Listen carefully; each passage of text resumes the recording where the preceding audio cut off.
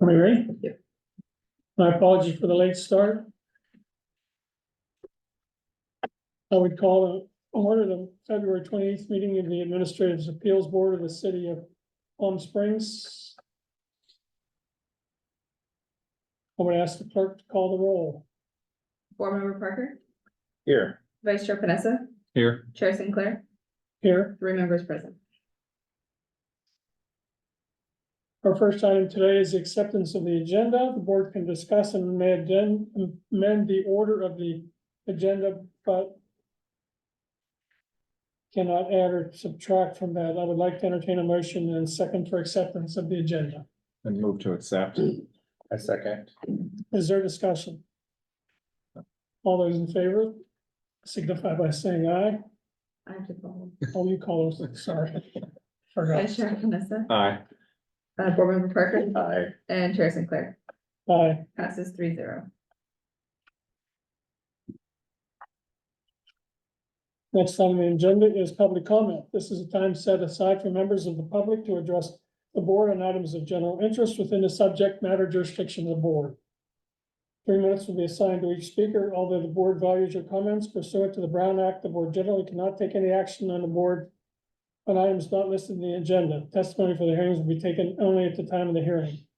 Board Secretary, please begin the comment period. We do not have any public commenters signed up. Then we'll go right into our hearings.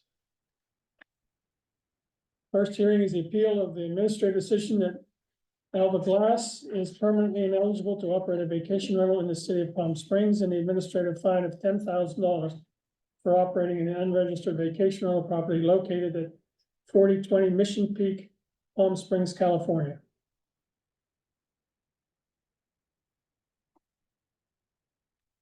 You want to say anything before we start, or just go straight to Patrick? Or say something? Council. Council? Yeah, I believe, we've received a request to continue this item based on a medical emergency. So my recommendation to the board, and I'm probably being conservative here, but just to be safe, I would recommend the board, continue the item, so that they can be heard at the next hearing. But I would also encourage the board to clarify that this is the last continuance that will be granted to this item. Yeah, this is the third time, correct? The- Second. The first one was in October. She requested to be continued until December. December came around, she had another emergency, requested to be continued until this meeting, and it's now being heard. And then around 2 o'clock this afternoon, we got another request for a medical emergency that she couldn't be here tonight. Her property management company was going to be on, he's on Zoom now. So we can go ahead with the Do you hearing? wanna go ahead with? Yeah, I was not aware that the property manager was going to, Okay. if he's going to speak on behalf of the owner, that's fine. Okay. The city then will have the first shot at this. I would open the appeal hearing, with remarks from the city. Thank you, Chair. Good evening, Vice Chair. City staff, public joining us this evening. My name is Patrick Clifford with the Department of Special Program Compliance, and we oversee the vacation rental program here in the city of Palm Springs. Before you is a staff report for the property located at 4020 Mission Peak. It was found that this property did not hold a vacation rental registration certificate as of the violation date of July 21st, 2023.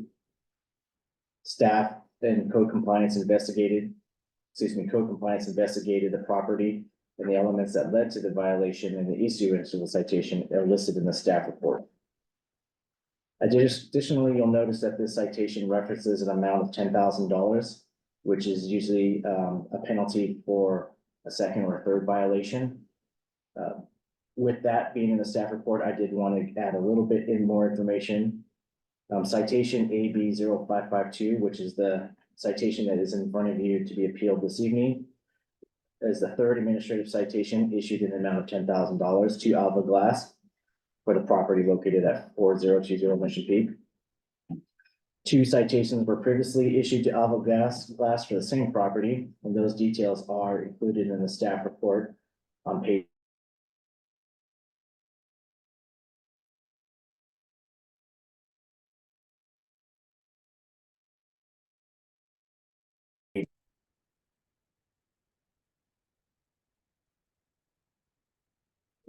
It is found from a VRBO advertisement, and that is attachment 8.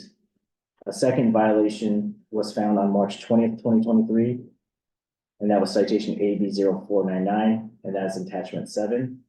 I provided this additional information just to support a reason for this, an increased fine that we normally see from a 5,000 to 10,000, and support why a third citation was issued. The code compliance officer that did investigate the third citation is joining us this evening, and I would invite the code officer to provide further testimony of the investigation that led to the issuance of the citation. Thank you. So who do we have, Patrick? Which code officer? Jason. Jason. Where is Jason? Is he on Jason. Zoom? He's on Zoom. On Zoom. Mr. Whitaker, are you there? I had to provide. Hi, can everyone see me? No. I can hear you. There you Okay. are. Okay, Mr. Whitaker, it's your turn to give us some testimony.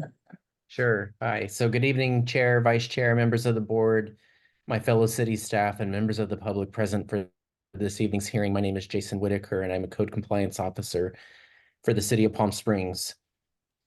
On Friday, July 21st, 2023, while conducting a review of available rental listings in the city of Palm Springs on the web-based booking platform Airbnb.com, I came across an advertisement in the Mountain Gate community titled New Listing Palm Springs Mountain Getaway, which can be found as attachment number 5 in the staff report.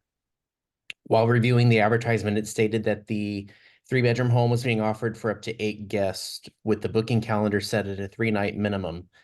I was unable to find a city ID number on the advertisement as required for a registered short-term rental property, so I reviewed the photos contained within the ad and was able to positively identify the property address as 4020 Mission Peak. Upon review of the city's vacation rental registration records, I confirmed that the property identified did not hold a vacation rental registration certificate. I then sent a message via the Airbnb.com contact host feature, which can be found in attachment number 6 of the staff report, inquiring about a 4-night stay arriving Thursday, August 31st, 2023, and departing on Monday, September 4th, 2023. My message to the ad host, Red Awning, stated, "Hi there, we are looking to book for August 31st through September 4th, 2023, and I wanted to see if you allow a flexible check-in time, as some of us may arrive earlier in the day. Thanks." The host, identified as Renee H., in their response to me stated, "Hello, Wayne, hope you are doing well. Hope you are well and happy. I have checked, and this is available for your dates. The early check-in is not guaranteed. Please read on. Please note that the check-in and checkout times, check-in to checkout time is allowed between 3:00 p.m. and 11:59 p.m.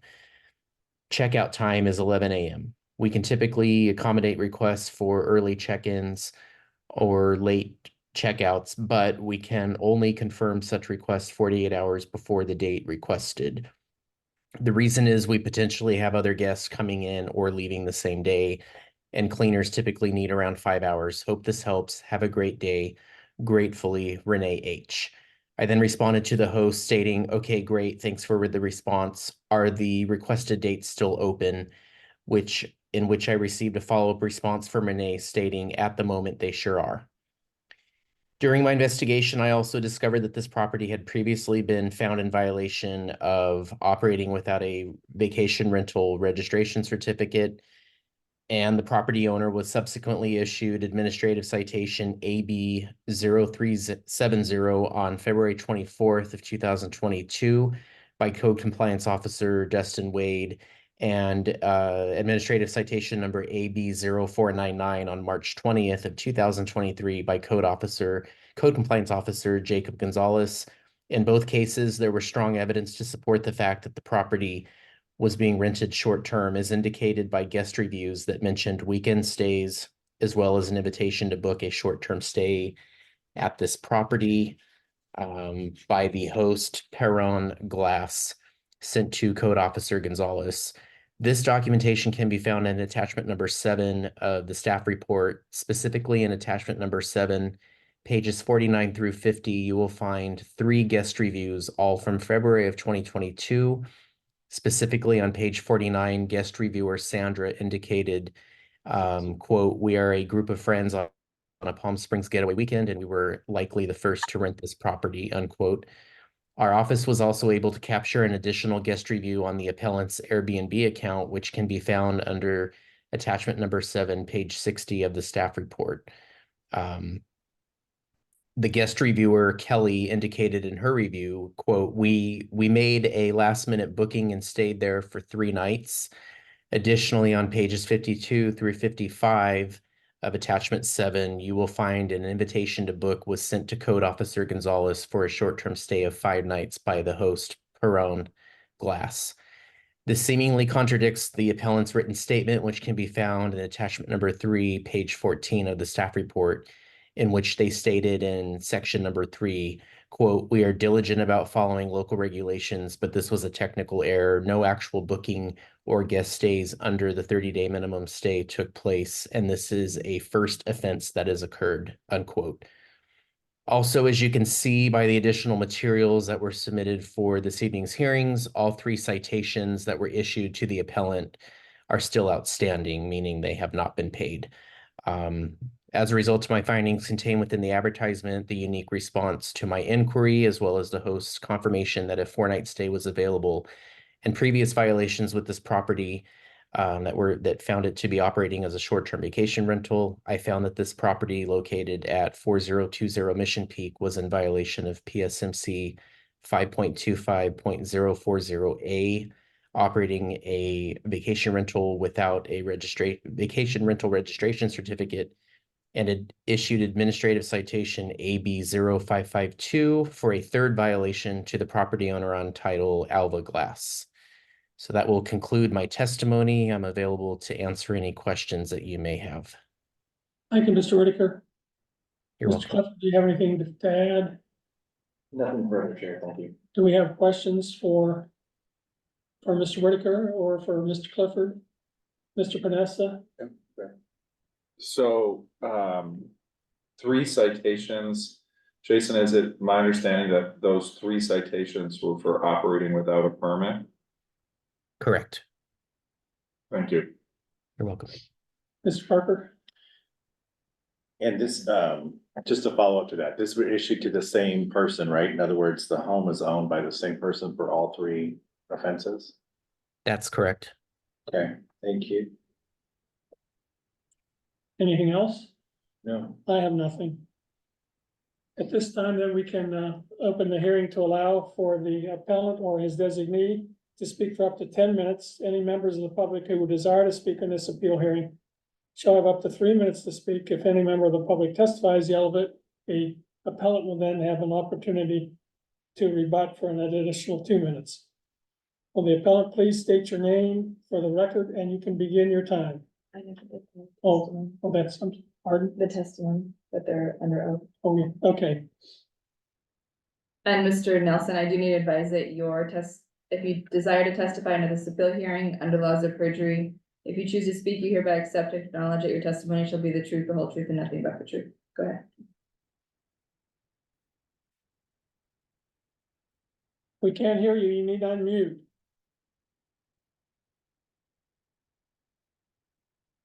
You still need to unmute. There we go. There you go. Can you hear me now? Yes. Okay. Thank you for your time and the opportunity to share at least a portion of what our involvement was in this. First thing I would say is the client, Ms. Glass, joined with us in, looks like November 29th, 2022. I heard from Mr. Whitaker that some of the reviews he was looking at for short stays happened prior to that. So, I say that to set up a couple other just feedback points I have from some of the things that I heard. Renee H, that was mentioned in Mr. Whitaker's, comments, is a member of our guest services team who is responsible for answering guest questions as she did in Mr. Whitaker's comments. But our guest services team is not looking at local regulations. They're really there just to answer the specific questions that come up. The bigger issue on this is the way that the property was listed on Airbnb. What sounds like longer than we had anticipated. The comment about that came from us that this was a first offense was because that was the first citation we received from Ms. Glass. So it was the only one that we were aware of. And so that's why that is worded that way. The situation and the fact that Ms. Glass isn't present to speak to it, I am not sure how we move forward, or if she wanted to be able to have a say in how the other two notifications were presented and not passed on to us. But on our platform, we're a service that takes rental properties and pushes them out to all consumer-facing rental channels. So we help streamline that process. Instead of doing it just on Airbnb, you sign a contract with us and we put you on 50+ consumer-facing rental channels, so you're more visible. You have the opportunity to be in front of more vacation shoppers, with the understanding that that's going to increase your likelihood to receive bookings and generate revenue. Part of our process for increasing performance and more rentals in a property is to adjust a lot of different portions of the listing. One of them is rates, cancel policy, booking lead time. There's several others, but in terms of just giving you an idea of what we do and how we service our clients, we use a third-party platform for dynamic pricing. What happened in this scenario, at least for the one citation that we were aware of, was that one of our employees had gone in and adjusted pricing on that third-party platform, and unknowingly, by making those changes, changed the minimum stay requirements from, I believe, 28 days is what the minimum stay requirement is when you don't have the proper permitting. And so the booking after those price changes were made went out to all the channels with that new rate, but also with the new minimum stay requirements that contradict or conflict with your local regulations. The request to have this looked at as a first offense and a warning is how the response to the citation that was submitted and what was framed, because this was the one that we knew about. It obviously changes the fact that this is now multiple, just learning about that now. So there is, and I'd have to go back and look, the possibility that this happened earlier in 2024, or excuse me, earlier in 2023, meaning the price changes that changed the minimum stay requirements unintentionally, and could also be why that was noticed on Mr. Whitaker's researching into the proper or the short-term rentals that are operating against the local regulations. So I would need to go back and look and see what that if that also happened in those other two instances. But the two things is the that was what happened on this most recent incident. The, and then the result of over 2023, since Miss Glass has been a client, is that they have not had a booking or anybody stay on the property. So, if they're doing, and this is why I would like Mrs. Glass to be here to comment, and I'm not exactly sure where we go from here, but if they were taking bookings under that 28-day minimum outside of our platform, then we don't necessarily know that. And, we also would not, be here to help work through it with her, because if it was our mistake, we want to be able to help her, resolve it. Our company paid the $1,000 appeal fee to be able to be here to talk about it and talk about the instance of what took place and communicate our side of the story. You have And 3 again, minutes. not knowing that this was not the first offense. You have 3 minutes of your time So left. two things that I guess, if Mrs. Glass and whoever else is involved with the property ownership were doing something outside of the bookings that came from our platform, that changes our role in helping her work through this. The fact that this is the third one also puts us in a bit of a position of not necessarily being as prepared for this call as we should be. So, would also want to have her input on that. So, I guess the point of this is, what was stated in the response for the appeal was true at the time for what we knew at the time.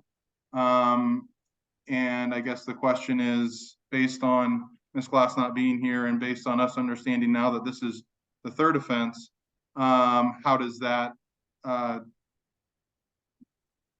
do we move forward from that? Or is this the final opportunity to state our case and before we have a decision made and fines applied or This is your final chance and you have 1 minute left of your applied? time.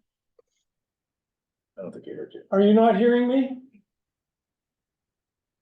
Am I muted or something? Are you hearing me? And I guess that's all that I have outside of hearing a response to my questions. Well, we've been trying to, but you can't hear us evidently. Jason, can you hear us? Yeah, Jason can. Yes. Maybe send him a message in the chat. Maybe while trying to unmute, he turned the speaker off. Welcome to Zoom. Enter your meeting ID. There it is.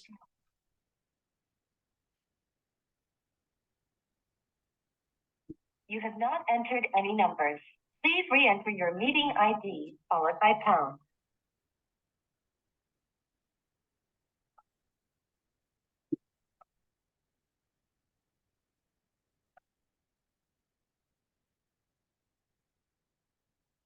Enter your participant ID. Actually, what's going on in there? I think he's. Using password followed by pound.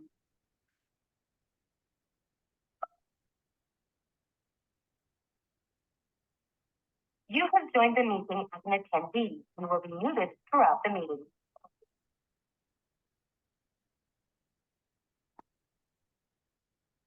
Now you can tell.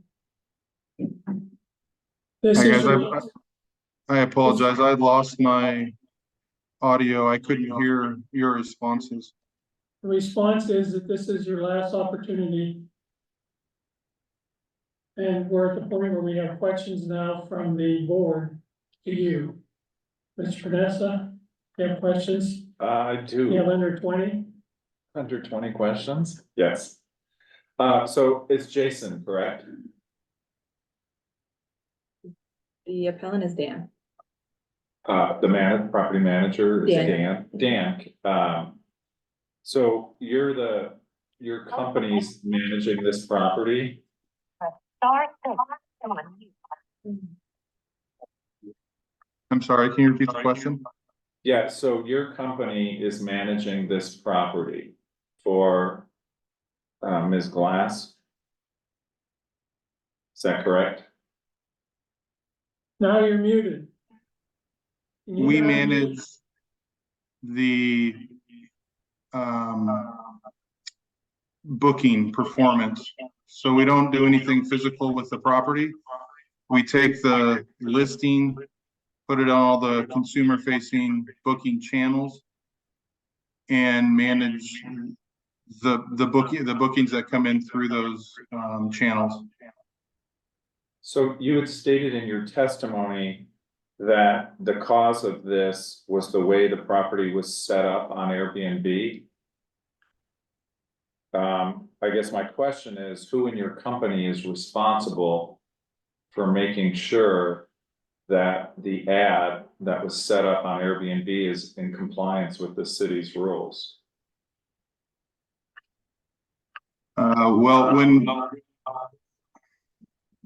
So we don't set things up directly on Airbnb.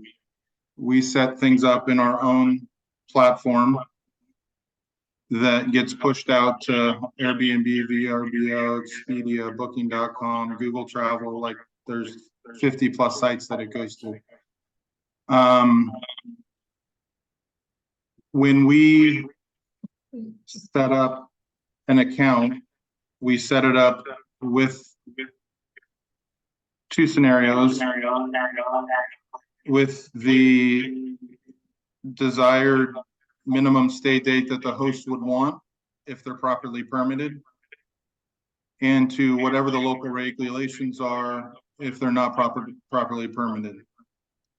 So let me ask my question a different way.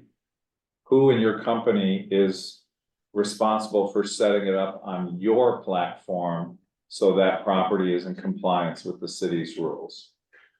We have an onboarding team that does that. Once it's onboarded and set properly, our account managers work on a weekly basis to review the performance of the listing. And if the property is not performing, they make adjustments to certain things that help those listings appear higher in the rankings on those booking channels to help with performance. One of those is rate.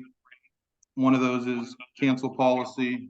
You know, there's several others that the algorithms of the channels look at to help with increasing or raising where you appear in the search on those channels. So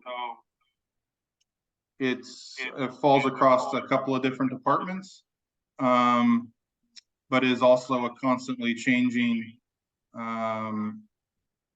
process based on how the property is performing. And the issue that took place is when we changed a rate, it changed the minimum stay unintentionally. And so when that happens, first of all, the awareness level that it changed wasn't there. And second of all, it's not necessarily something that our account managers are looking at when they change a rate, not knowing that it's also can change the minimum stay requirements. So to answer your question, onboarding set it up properly. Our account management team, when they made changes, unintentionally changed the amount of the minimum stay that was being posted. So would it be fair to say that the people on your onboarding team that make these type of changes do this fairly regularly, so they would be aware of what they were doing? So onboarding, yes. Account management, yes, with the caveat that we don't have a lot of properties that have such a long minimum stay. And so the awareness level of that unintentional impact is probably low on awareness that could be a possible impact by making that change. Any other questions? Should they know, yes, and it's just, like I said, with the number of clients overall and the percentage of clients that have 30-day minimums, which is hard to make bookings, it becomes something that isn't as common for them as it is for the bulk of the clients that they work with. Thank you. David, questions? Yeah, I think I just have one or two. I think in your testimony, you said you contracted with Mrs. Glass in November of 2022. Is that right? That's correct. So the first citation that happened after that was in March of 23. And are you saying you weren't aware of that citation? No, Mrs. Glass only made us aware of a citation. What I believe is the third citation, which is the only one that I responded to with the appeal because it was the only one we received. Okay, I don't have any further questions. Okay. Thank you for your testimony. I do have one more. Oh, one more, question. sorry, Michael. Sorry, one more question, sorry. So in your company, how many properties do you manage in Palm Springs?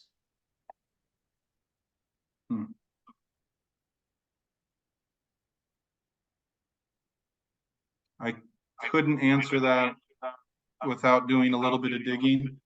Give me a rough- Nationally, it's 20,000. So in just guess at Palm Springs, is it 100? Is it a couple hundred? It's probably under 100. Okay, thank you. Now I'd like this to open this up for board discussion and additional questions from the board. Who'd like to start? I'll go. It's unfortunate that the owner isn't here, that we could get some additional questions, in particular with the first two citations, why those fines weren't paid. And why the same issue kept recurring. I don't think there's anything else to discuss. It sounds like a technical issue, but if that technical issue was done with the March listing, I'm sorry, the March citation, it was another 4 months that it was still, because it happened again in July. So I don't think there's any room for argument there. Michael? So, from my perspective, I'm always a little suspect when somebody blames their platform. It's no secret this city is incredibly strict with short-term rentals. If you're gonna manage short-term rentals in this city, you or the people that work for you have to be on top of the rules.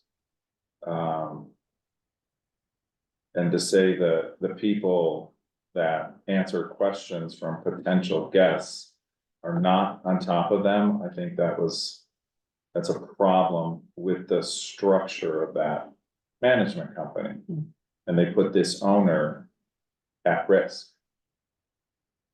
Yeah, And if she's had already 2 other citations for no permit, you would think reasonably that she would be, The first order of this. yeah, like, hey, if I'm gonna, have you manage this, I have already been cited twice for this. I don't want a third one. and I think in the appeal, they note that we are diligent about following local regulations, and I don't think they are. I don't think somebody knew that this is what the regulation was when they looked at it. So if there's no further discussion, may I have a motion? Sure, I move that we uphold the fine and the permanent ineligibility to operate vacation rental. I'll second. Any discussion further? Will the board secretary please call the roll? Board Member Parker, Aye. Vice Chair Panessa, Aye. and Chair Sinclair. Aye. Motion carries 3-0 to adopt resolution upholding the administrative decision. Okay, the decision has been upheld. We thank you for your time today, and we'll go on to our next hearing. Next hearing is the appeal of the administrative decision concerning the property at 622 South Highland Drive. It is an appeal of the $2,500 fine and administrative decision on the property located at 622 South Highland Drive. Board Secretary, please ensure the city staff and the appellant understand the testimony is under oath. We do have signed affidavits from city staff and appellant. Anyone on Zoom who desires to testify under this appeal hearing. Under the laws of perjury, if you choose to speak, you hereby accept and acknowledge that your testimony shall be the truth, the whole truth, and nothing but the truth. Mr. Clifford, I assume you're up. And just to note, this is the appeal that was not going to be joining due to airplane that emailed this morning. Postponed. So it's the board's decision. So there's nobody here for the appellant? No, they emailed this morning saying that their flight was delayed, so they were not gonna be able to be on Zoom at the time of the hearing. Okay. So, So in that case, do we motion to postpone or motion to? It's at the discretion of the board. Just to clarify, what the city clerk's office, did they provide a reason for their absence? They stated that they're on an airplane, East Coast, and that it got delayed. So that they were gonna be landing at 9:30 PM Eastern time, which would have been 6:30 our time, and so they should just be landing now. But they were aware, they received notice of the hearing, They did. and was this previously continued? No, this is the first time. So it's at the discretion of the board whether you'd like to continue the item or not. I don't have any special efforts. it's a pleasure.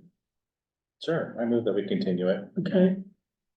Second, Michael? I'll second. Sounds like we've done. it All right. before. With no discussion being apparent, will the clerk call the roll? Board Member Parker, Aye. Vice Chair Panessa, Aye. and Chair Sinclair. Aye. Passes 3-0 to continue to March 27th meeting. And the number 6 on the agenda. Next on the agenda is item 6 concerning the property located at 2290 South Bobolink Lane. It is the appeal of the $2,500 fine and administrative decision of a 6-month suspension of the vacation rental registration certificate. Board Secretary, please ensure that the city staff and the appellant understand the testimony is under oath. We do have signed affidavits from city staff and the appellant is in person. Anyone on Zoom who desires to testify under this appeal hearing, under the laws of perjury. If you choose to speak, you hereby accept and acknowledge that your testimony shall be the truth, the whole truth, and nothing but the truth. Thank you, city. Yes, good evening. Thank you, Chair Sinclair, Vice Chair Panessa, Board Member Parker, public joining us this evening, and city staff joining us as well. My name is Patrick Clifford with the Department of Special Program Compliance, and we oversee the vacation rental program here in the city of Palm Springs. Before you this evening is the staff report for the property located at 2290 South Bobolink Lane. Some background on this property. Property is a registered vacation rental of the city with a start date of December 16th, 2021. In the staff analysis, it was found that this property did not submit contract summaries for their short-term stays. Pursuant to Vacation Rental Ordinance 2075, Palm Springs Municipal Code 5.25, it requires that a submittal of a contract summary prior to each separate guest day of 28 days or less at the vacation rental. Failing to submit a contract summary to the enforcement official results in a penalty of $2,500 and a 6-month suspension of the vacation rental certificate. In the staff report, attachment 5 shows initial notifications and other notifications that department staff communicated this requirement to the vacation rental property owner. Additionally, in attachment 6, I believe, is the investigation from the code compliance officer that found the violation, and which inevitably led to the issuance of the citation. Citation AB 0632 was issued for violation of Palm Springs Municipal Code, and the 6-month suspension letter was delivered to the vacation rental owner for a period of 6 months, starting on January 11th, 2024. the vacation rental or code compliance officer that did investigate the property is joining us this evening, and I would invite the code officer to provide further testimony on the investigation. Thank you. Looks like Mr. Whitaker is up again. Excuse me, that'll actually be me, that issued the site. You're under Mr. Whitaker. So state your name and give us your testimony. Yep, good evening. My name is Jacob Gonzalez. I'm a co-compliance officer, for the city of Palm Springs. On, Saturday, November 18th, while reviewing the vacation rental contract summary data in response to a, lead received, via the Department of Special Program Compliance, administrative staff, that was a property located at 2290 South Bobo Link, had not submitted any summary or abstracts of a written contract as required for the vacation rental stays since the certificate was issued. I searched the city's applicable record-keeping database and confirmed that the city had not received any contract summary submissions for 2290 South Bobo Link. The city ID for that would be 4833. During the course of my investigation, I found the corresponding advertisements for the property on Airbnb, which can be found in attachment number 6, beginning on page 38 with approximately 32 reviews from the guests who had stayed at the property in 2023, many of which indicated that they were short-term stays. Later that afternoon, on November 18th, 2023, I contacted the property owner, Irwin, and requested records in accordance to Chapter 525.080 of the Vacation Rental Ordinance. This chapter is related to audits and states that each owner, agent, representative, or any owner shall provide the enforcement official with access to each vacation rental and the books, records, documents, papers, tax returns, and bank accounts at any time during normal business hours as the enforcement official may determine are necessary or convenient for the purpose of inspection or audit to determine that the objectives and conditions of this chapter are being fulfilled.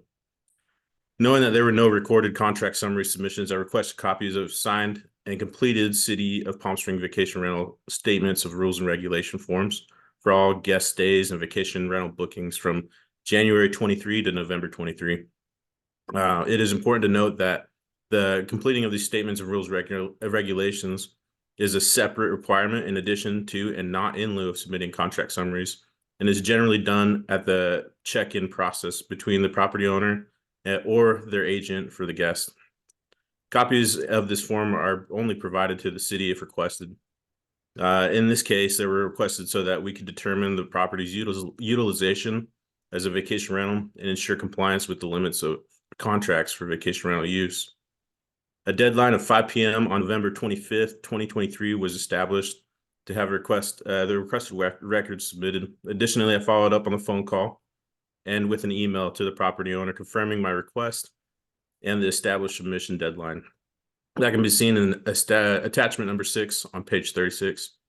The property owner responded with the records as requested on Saturday, November 25th, 2023. Upon review of the completed reservations report provided and seen in attachment number 6, beginning on page 48, it was confirmed that the property facilitated 33 vacation rental stays in 2023 from April 14th, 2023 to November 6th, 2023.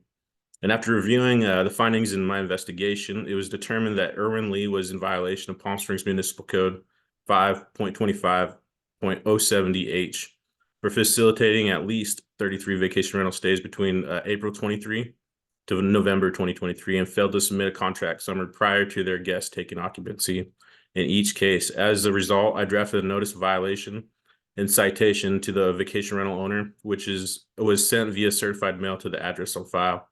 That'll conclude what I have to present. I'll hand it back over to Patrick, but I'm available for questions if there are any. Thank you, Mr. Officer Gonzalez. Mr. Clifford, anything further? Thank you, Chair. Just wanted to give a little bit more context to the attachment 5, which I mentioned was notification from our department regarding the requirement of contract summaries. In attachment 5, you'll find the initial email that is originally sent when an applicant is approved for the vacation rental certificate. It includes a link to where to access to submit contract summaries and the requirements that. Additionally, we provided a copy of the initial application, which might be redacted in your version, but does show the section D of the application where owner would initialing that owner and agent shall ensure a summary of each written contract is filed as required with the Department of Special Program Compliance prior to each occupancy. Additionally, there was a renewal letter sent out on December 6th, 2023. Again, with a link that showed where to access the contract summary tool, as well as a PDF from our education sessions that we've had with owners and operators, talking about how to submit a contract with the city. And then I think a third renewal email did not contain a PDF regarding contract summaries, but did include the link to where to submit contract summaries for the next current year. So that would be all for my testimony. I'd be happy to answer any questions. Thank you. Thank you. Any questions from the board? I do, Patrick, I think, the officer testified that it was a lead from the, department. Would I be correct in assuming that was probably the contract renewal application that generated the lead? Correct. Our administrative staff, when they're receiving a renewal application, will at times review contract summary data to see if any summaries have been submitted. In this case, they received an application, noticed there were 0 submitted, which caused concern, and they sent it to code compliance. Send it over to you. Okay, thank you. So Patrick, was there TOT paid on this? Oh, sorry. Was there TOT paid on this? From my understanding, yes. I believe in the appeal packet from the appellant, there's evidence of transient occupancies tax being remitted for certain months, and I haven't been advised that it hasn't been. So from my understanding, yes. And this owner went through the application process where it was highlighted they have to do contract summaries. They also initialed next to the line that says they have to do submit contract summaries, and then they renewed. So they were told all of that again. That's correct. Thank you. Okay, if there are no further questions. For up to 10 minutes. Any members of the public who wish to speak on this appeal shall have 3 minutes to speak. If there's any public testimony, the appellant shall be invited to rebut up to 3 minutes. Can the appellant please state your name for the record, and you can begin your 10 minutes. Good evening, and may it please I'm sincere the board. May it please the board, my name is Harry Kalajian and I represent Erwin Lee of Saywu Properties LLC. And it was interesting, who's present here and is ready to testify for your questions if you have any. And it was interesting to hear the issue with the contract summaries and notification and the lead issue that you addressed. Because in fact, the lead was actually, my client was the lead.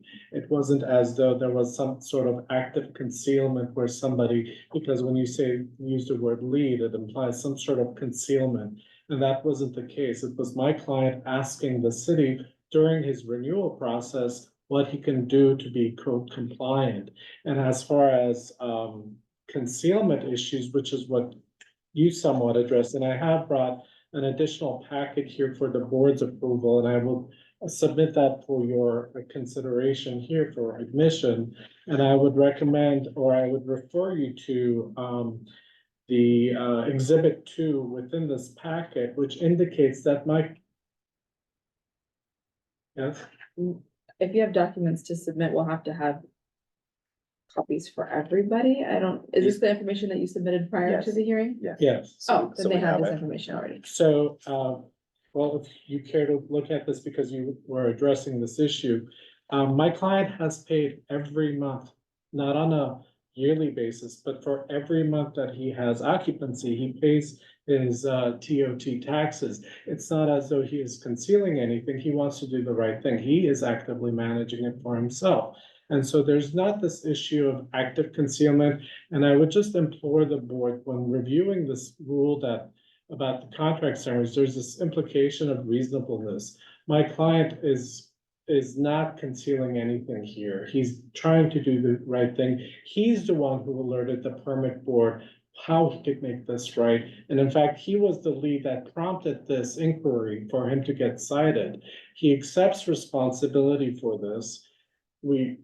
He accepts the fine. However, the 6-month suspension has caused somewhat of a deleterious effect on him financially. And he requests the board to review that in light of his history of compliance, payment of taxes, reporting. And if you require any review of any of these submissions are present here, if you care to review it, and my client is also here to, for your questioning, if you'd like to address them directly.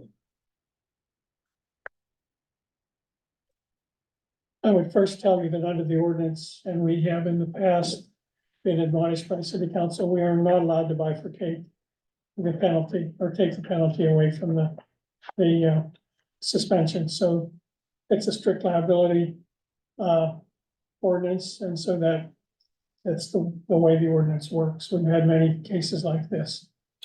That's understood. We just took issue with the fact that it was considered a lead, which was implying some sort of active concealment when that wasn't the I case. don't think anybody thought that anybody was trying to conceal anything. Right, well, upon reviewing it, that's the impression I had. And my client has paid the taxes on this on a monthly basis. That's Not not disputed. right, and so we would just implore you to review this on a reasonable standard if possible. We And can't if you- do that. If you can, No, we can't. if you have any questions for my client, he's prepared to pay the $2,500 fine. But the 6-month suspension has become unreasonable for him considering the Yeah. property and the history of his payment. You're not hearing what I'm saying. I heard you. I'm just asking for a reconsideration of that issue. Well, you'll have to go to city council for reconsideration, but David, you have questions? I have a question, because you yourself used the term reasonableness, asking for reasonableness. I understand the term, but I think in the city's packet, they mentioned, and it's testified here, 4 different times it was pointed out the necessity to submit contract summaries. I think Wayne alluded to this, it's not about the money, it's not about the taxes. The city is very conscious of the vacation rental community and the full-time residents as well. So having contract summaries being submitted helps the city keep track of what's happening when, exactly for that reason. So I guess my question back to you, why would that not be unreasonable where 4 separate times it's pointed out? In fact, I think one of them where your client initialed the statement, I have to submit contract summaries. It's totally understandable, that question, that's the testimony of the city, but however, that's a question that my client could probably testify Well, to as well, far let's as hear from- answering that. One of the issues, one of the last things was that links were provided, and that might be a problematic issue. If a link is provided versus an actual documentation or a template for that. That could have been a problem, but I cannot Well, testify for that. let's let him. You say could have my something. client, you could question my client of Let- his awareness of Let's this let issue. him tell us why he did not submit the contract. So basically what happened was I got the license when I acquired the property. I got the license, but I was going under construction, but I got the license. So as of only last April, and Mr. Gonzalez is aware that from April is when I actually officially started. So I know Patrick had mentioned when I initially got it, but I was never operating short term because I was under construction. So I went in for the renewal, I went into the office to do the renewal. And I asked the question because I really wanted to, I'm like, well, how do you guys are keeping track of this? You know what I mean? And I had asked her, and that was on a Thursday, I believe. And then Saturday, I got the phone call from Jacob. Right, so that's when the audit lead happened, right? So I literally had the intention of, I'm trying to do right. And it's an oversight on my part, and it's an oversight. And I've been trying to figure this out and saying, we're so diligent, we gotta make sure to pay the TOTs. The TOTs are based off of our booking, so the calculations does itself on there. So I was just trying to figure out, but it's like, how do you guys keep track of this? Cause I really would like to know. And then come Saturdays when I got the phone call. So it wasn't anything intentional. Again, as Patrick mentioned, it's been same old time.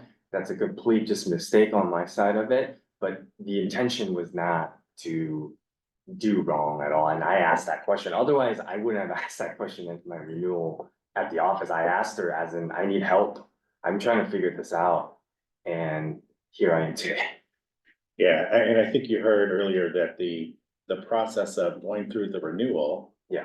They're looking back, right, to see, oh, were the contract summaries submitted, and if they weren't, they're fed to. But I specifically asked her, like, like, how do you, you know, but she didn't tell me that the contract was, after that, I got the call, that's basically what happened. Did you know about contract summaries before that? No, I didn't, and that's just my opinion. Did you not initial that on the initial application where I you were to didn't. provide? That's my fault. And unfortunately, as a chair mentioned in the beginning, whether it was an oversight or whether it was intentional, is irregardless if the violation occurred, our hands are tied.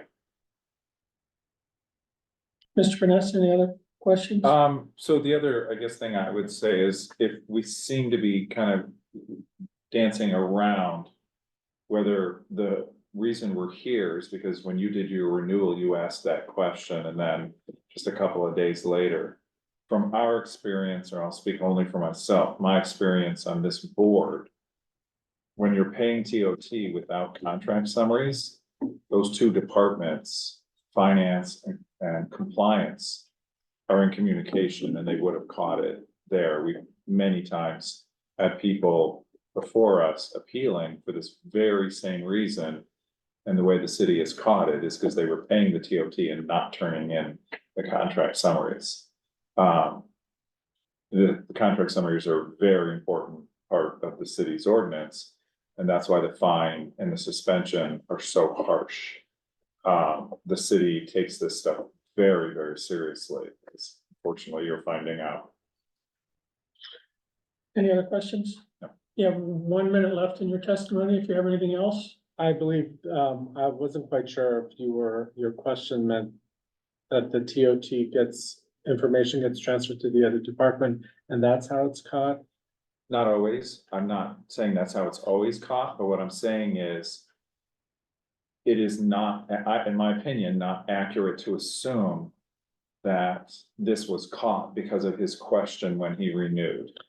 They likely would have caught it anyway, because the two departments, city departments communicate. I've got the records here of the monthly payments on the TOT, if you care to keep one. I made a copy for the board's. I think we have it. possession. Yeah, we Yeah. have it. So we believe you. He did make the payments on a monthly basis, so this was the trigger for him when he went to reapply. We appreciate the board's consideration and your time, and if there's anything you can do to help the situation, it would be appreciated. Thank you for your time. Thank you. Thank you. Unfortunately, there's not. Any discussion? So as we've been through many times, when an appellant says to us, you know, it was my mistake, my oversight, that kind of ties our hands. This was not something, this is not a situation that is the result of an error on the city's part. It's an error on the permit holder's part.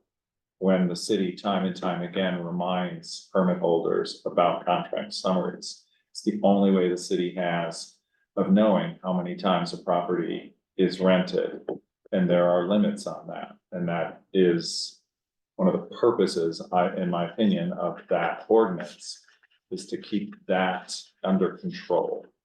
So that properties aren't rented hundreds of times a year, if that were even possible. There was a reference for that. I don't know if I saw his initialing any of those contract summary notifications. Is it possible to get a copy? So there's a page that's in the packet where he would have initialed, it's redacted on our copy, but where he initialed all of those kind of rules the city highlights. Would it be possible? And he to- testified that he did initial it.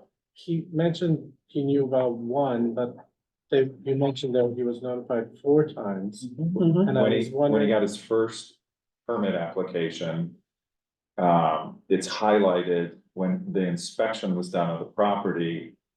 the city in big bold letters at the top of that email states, this does not, passing the safety inspection does not mean you have the permit. Do you have that proof for me to look at? Does the Patrick, I'm gonna appellant, defer that to you. does the appellant get the package that we have? Everything's online available to the public. Okay, so he has it already. But you're testifying as though that's in front of us. I'd like to see if that was accurate. I only have the redacted version, which is available on. Okay, that, you've had your time. Let's move on. There's one, the first email I think is on page 33 of the. Okay. It says contract summaries right at the top.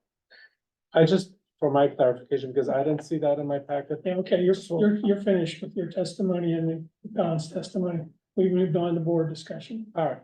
Well, thank you for your time. Any discussion?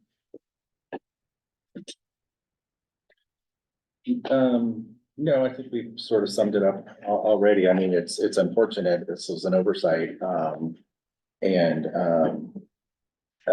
happen to notice in the reviews for the property that the appellant got great reviews, and I think it commented about the detail there. So it's too bad that same detail wasn't applied to the process of running it out in the contract summaries.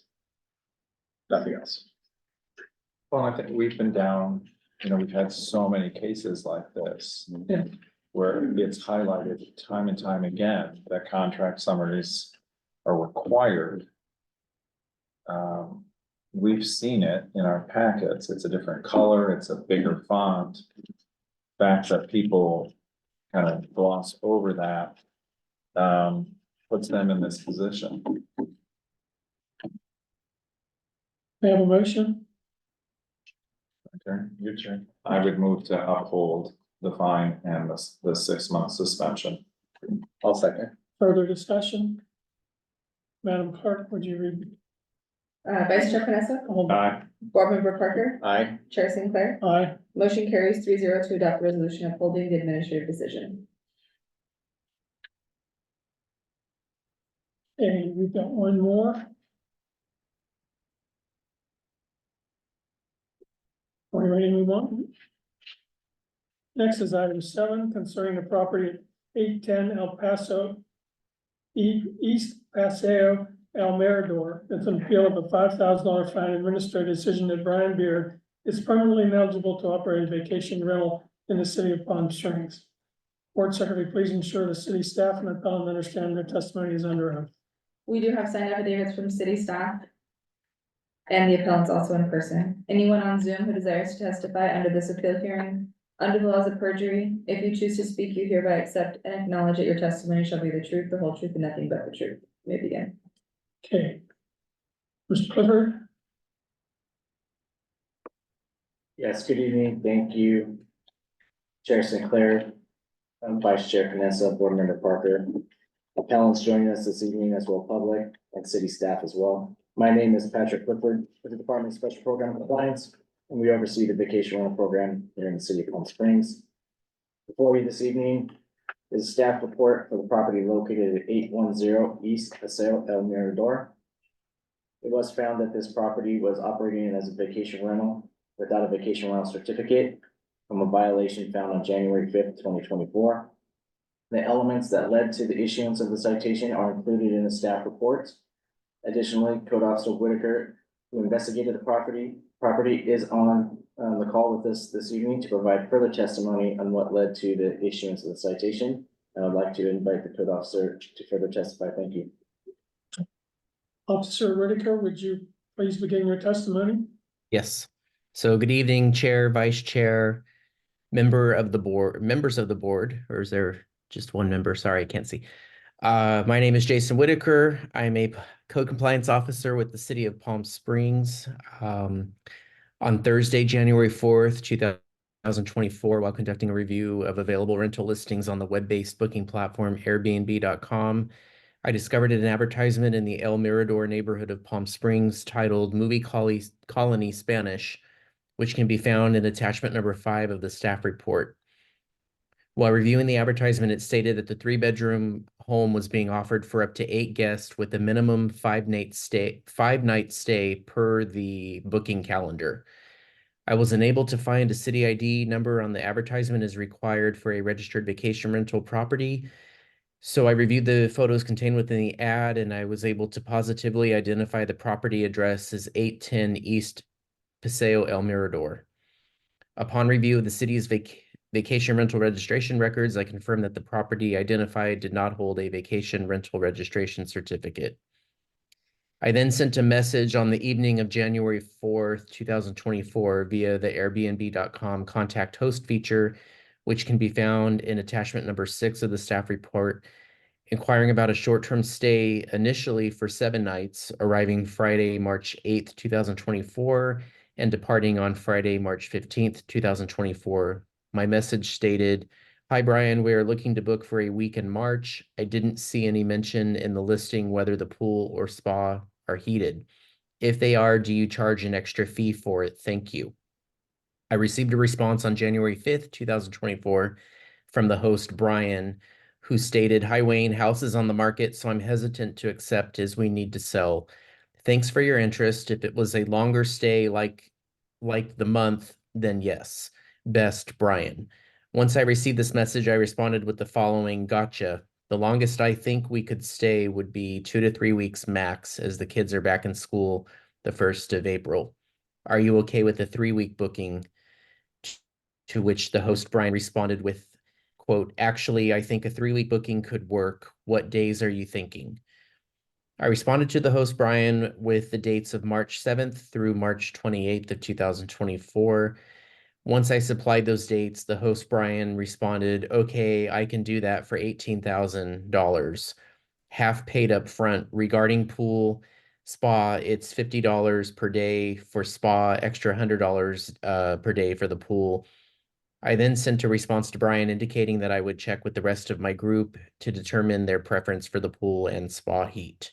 I received another message on January 8th, 2024 from the host, Brian, stating, "Hello, Wayne, did you want to go ahead and book this property? I do need payment up front, but can probably do $75 per day for pool and spa heat if you were still interested. Thank you, Brian." Shortly after receiving this message, I received a special offer for 5 guests for the dates of March 8th through March 29th of 2024 from Brian.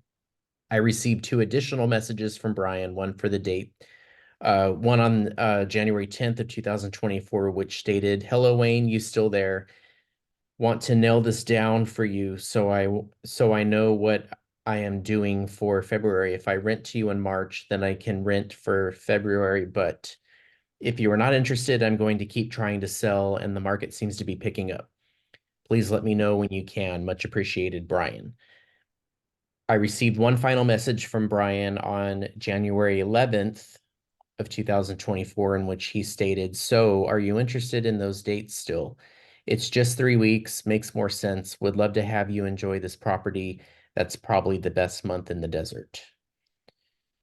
As a result of my findings contained within the advertisement, the host's responses to my inquiry, as well as the host's invitation to book a 3-week stay, I found that the property located at 810 East Paseo El Mirador was in violation of PSMC 5.25.040A, operating a vacation rental without a vacation rental registration certificate, and I issued administrative citation number AB 0650 to the property owner on title, Brian Beard.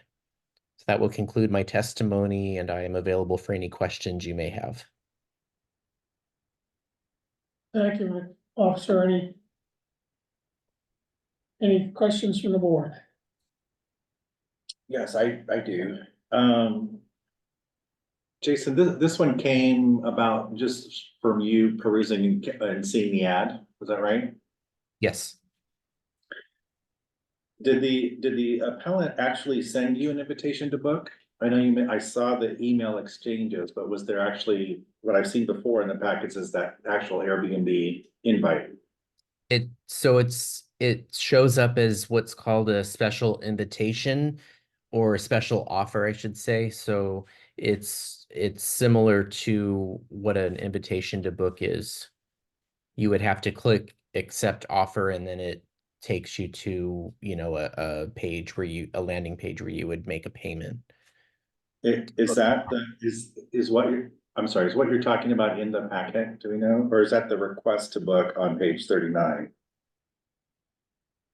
Let me check, I'm sorry.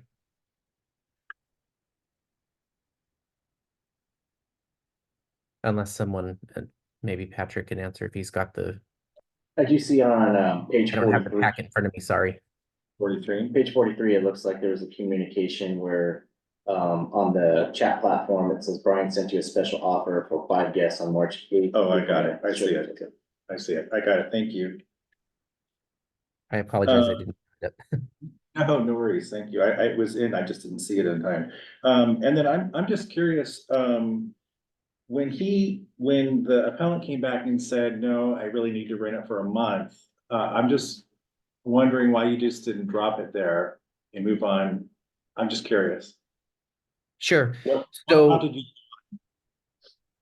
so a couple of things, the response that he was hesitant because the house was on the market. However, the booking calendar was set at a minimum of, let me go back to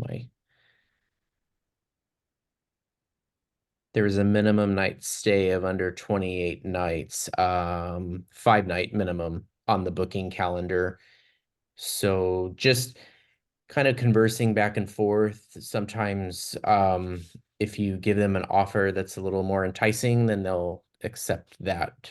Maybe not so much a 5-night booking. So Okay, thank kind of where I you. was. Sure. Thank you. Michael, anything, or are you done, David? I'm done. So it seems to me like the owner, and is that Brian, kind of kept coming back to you asking if you were gonna book. So it That's wasn't correct. like, and I'm not trying to put words in your mouth. But it wasn't like you were kind of chasing him. He was kind of chasing you to get you to actually book it, knowing that it was a short term. Sure. So I put my feelers out, and after that, you know, that mention of me inquiring about a 3-week stay, and then after, you know, receiving response from him, and then you know, I had obviously enough evidence to support that, you know, a short-term stay would have been accepted. But then yes, the messages kept coming, you know, being sent to me, and you know, I had stopped engaging at that point. All right, thank you. You're welcome. I actually, one more thing. Sorry. So the ad stated that it's 3 bedrooms, but they were allowing 8 guests, which kind of is a red flag to me that there wasn't much intention of following the ordinance, because the ordinance for a 3-bedroom would have been a max of 6 guests. Is that correct? What was your question? I'm sorry. Well, it was kind of more of a statement, I think. If, so their ad was listed as a 3-bedroom available for 8 guests. And that jumps out at me that 8 guests in a 3-bedroom is almost a admission of not intending to follow the city's ordinance. Because a 3-bedroom should only have 6. Since the ordinance only allows 2 adults per bedroom. Mm-hmm. And then the additional 2 children as well. And we have registered vacation rentals that we also enforce advertisements for, where they do advertise an incorrect number of guests.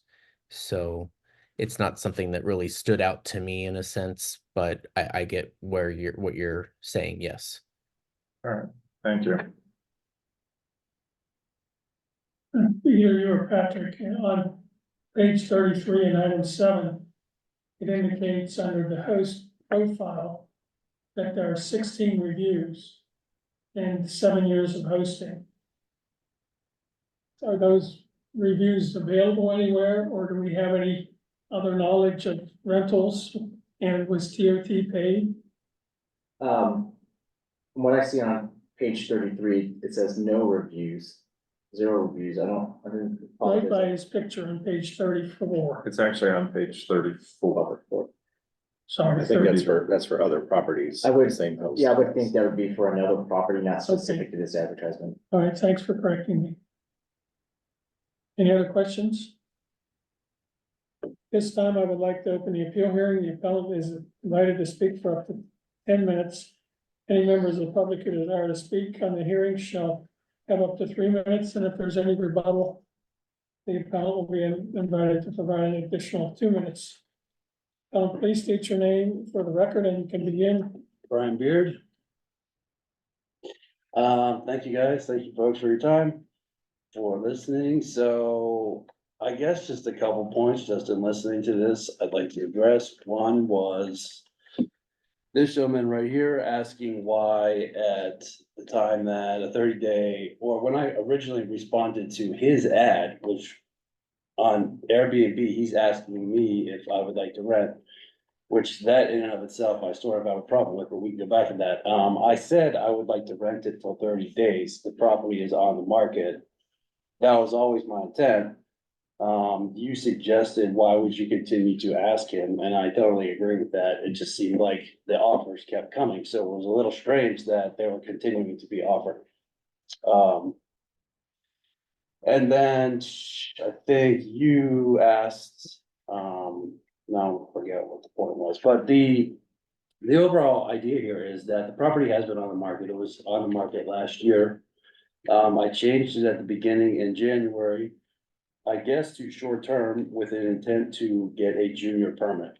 So I got an inquiry from fictitious Wayne, and he made this story and told me that he had kids that were coming or out of school and all these other things.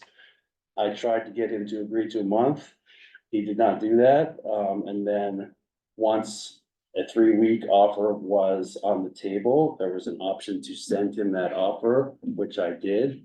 And the idea was to go with a short-term permit in March. This was all happening in January.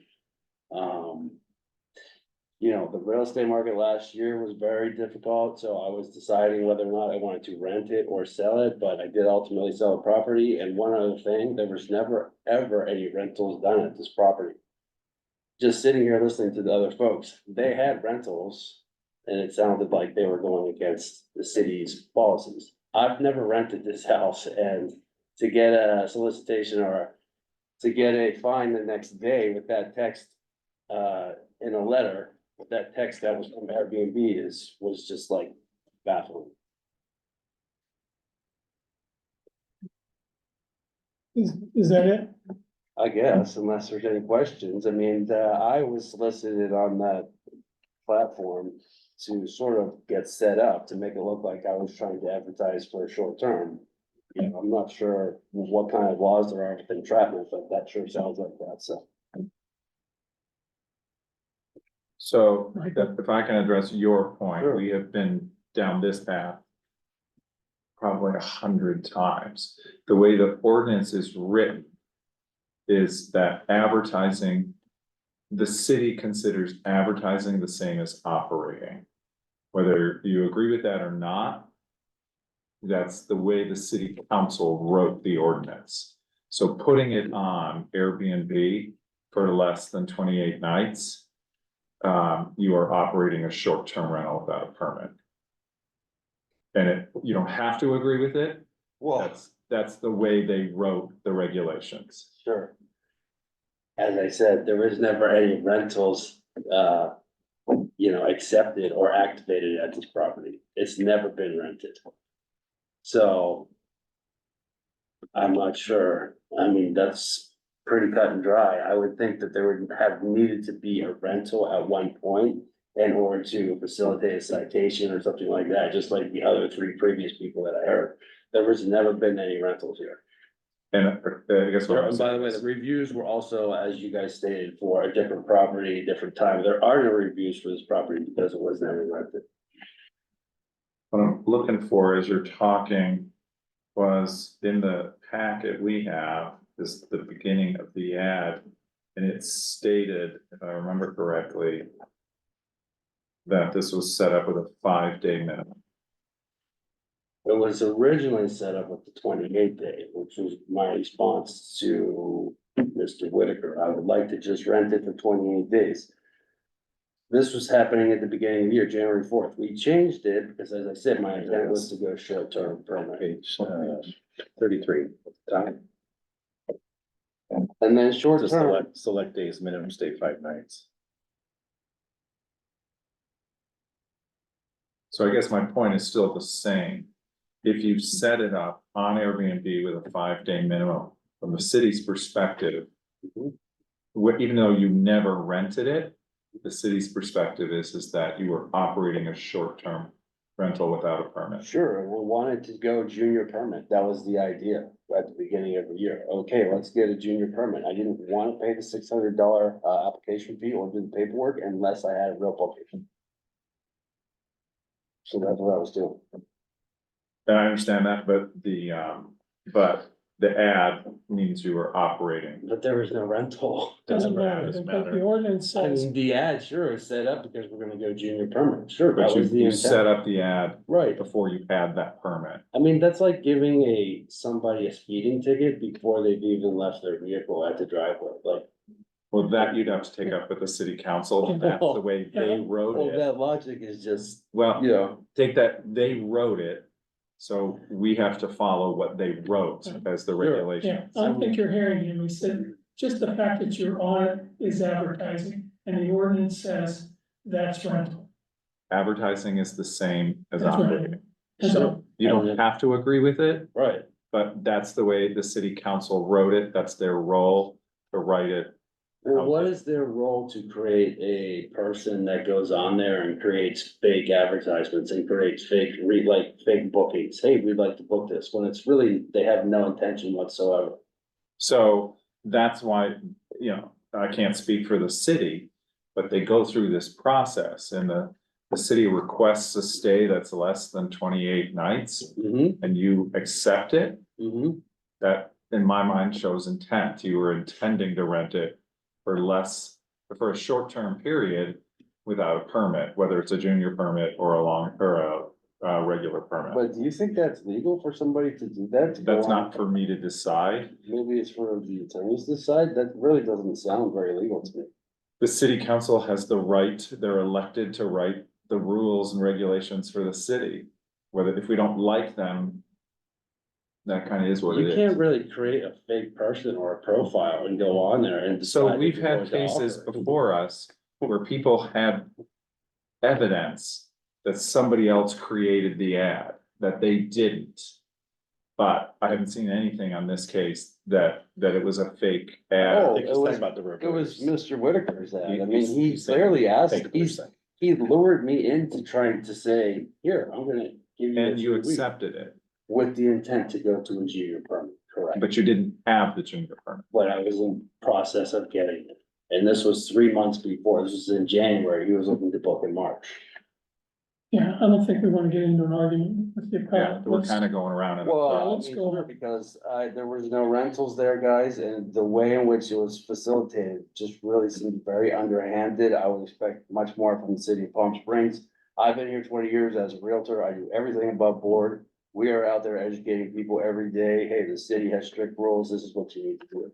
You know, there's definitely no intent to do it. And they have to have a process in place to monitor those rules. Sure. Yeah, you came across one, right? Sure. They have to find a way of managing the process. But I do have a different question for you, though. I think in your appeal, application, you stated, I'm not sure I'm gonna quote, I'm trying to quote it. You were faking an inquiry to get a junior permit. What do you mean by faking an inquiry? Well, his inquiry was fake. Oh, you're about his? Yes. Oh, okay, you said you, okay. All right, gotcha.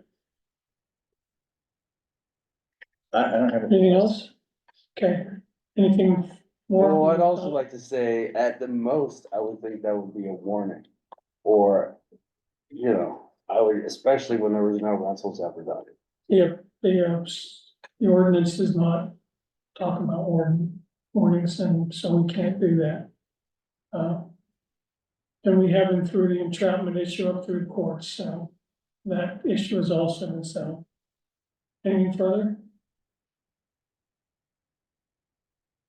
I mean, again, you know, the market, real estate market last year was very difficult. I was exploring my options with this.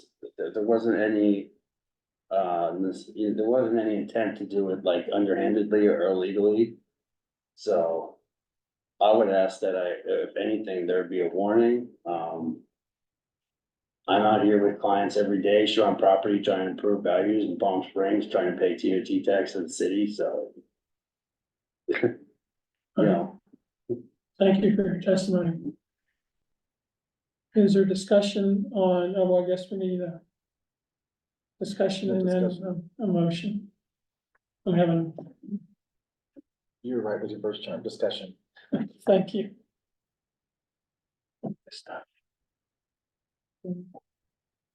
So from my perspective, at least, you know, I never go into this assuming intent to break the rules. It is no secret in the city that this ordinance is incredibly strict and the penalties are very harsh. But that is by design. Which is why most of the cases we hear are around vacation rentals, because those are some of the highest fines I think the city has. The city has to be able to investigate that industry to make sure people are in compliance. If you don't allow for them to investigate it, there's no enforcement. I think the hardest part for people who are appellants is to understand the advertising. And the fact that whether you're going for a senior permit or a junior permit, if you put up a request for bookings, that's considered an ad under the ordinance. Yeah. That's considered operating. And that's hard to explain to people, but that's the way the ordinance works. And that's what the city council, as I understand it, intended.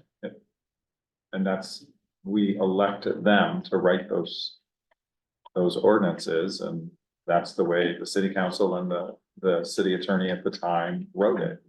And regardless of whether we have sympathy or not, that doesn't enter into it. wait, can I add one thing? No, we're done.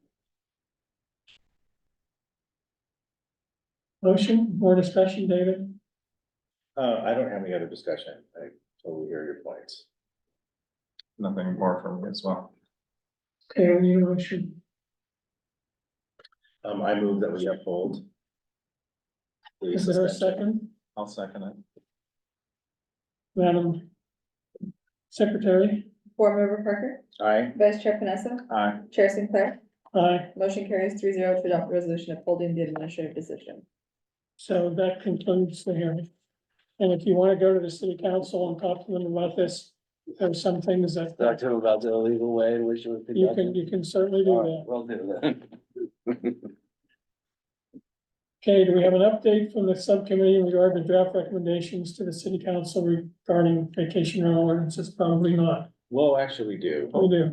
So we did meet and, Can you remind us who's on that subcommittee? Patrick and I, Okay. other Patrick, who's not here today.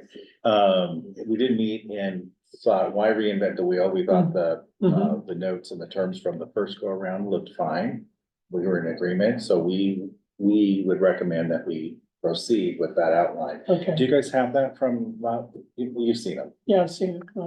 I was part of that subcommittee like 3-4 years Yeah. ago, so I remember. So now we just send it to the city council? Is that how you do it, Abe? If we want to communicate with them and make recommendations, we send it to them, to a committee, to the mayor, to you? My only concern is that the item was only agendized as a discussion and update. If the board intends to take action on forwarding the approval, the recommendations to the council, I would just recommend that you agendize that, just to make sure that we're prompt. Okay, well, let's do it next month then. And can we get a copy of maybe what you guys started with? Cause I can think of something I would like Well, to add. we finished it, but you guys started it, right? We didn't make any changes. Okay. So, yeah. So Any, can you make sure we all have copies again for the next time? Mhm. Thanks. any board member comments and requests? City attorney? No comments. Should I do it now?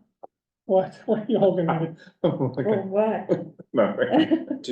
I have a question. Do we, Wait a second. so next month, I know we have the one that we postponed today.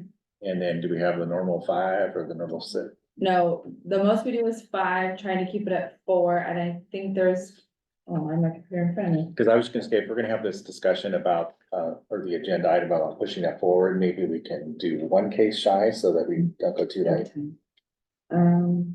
I only have 3 on the board now, so the one from today will be 4, so then we Oh, will. That's perfect. good. Okay, Okay. all right. Cassie, anything? Nothing. Next meeting is March 27th at 5:30. Okay. Please stand adjourned. 7:20.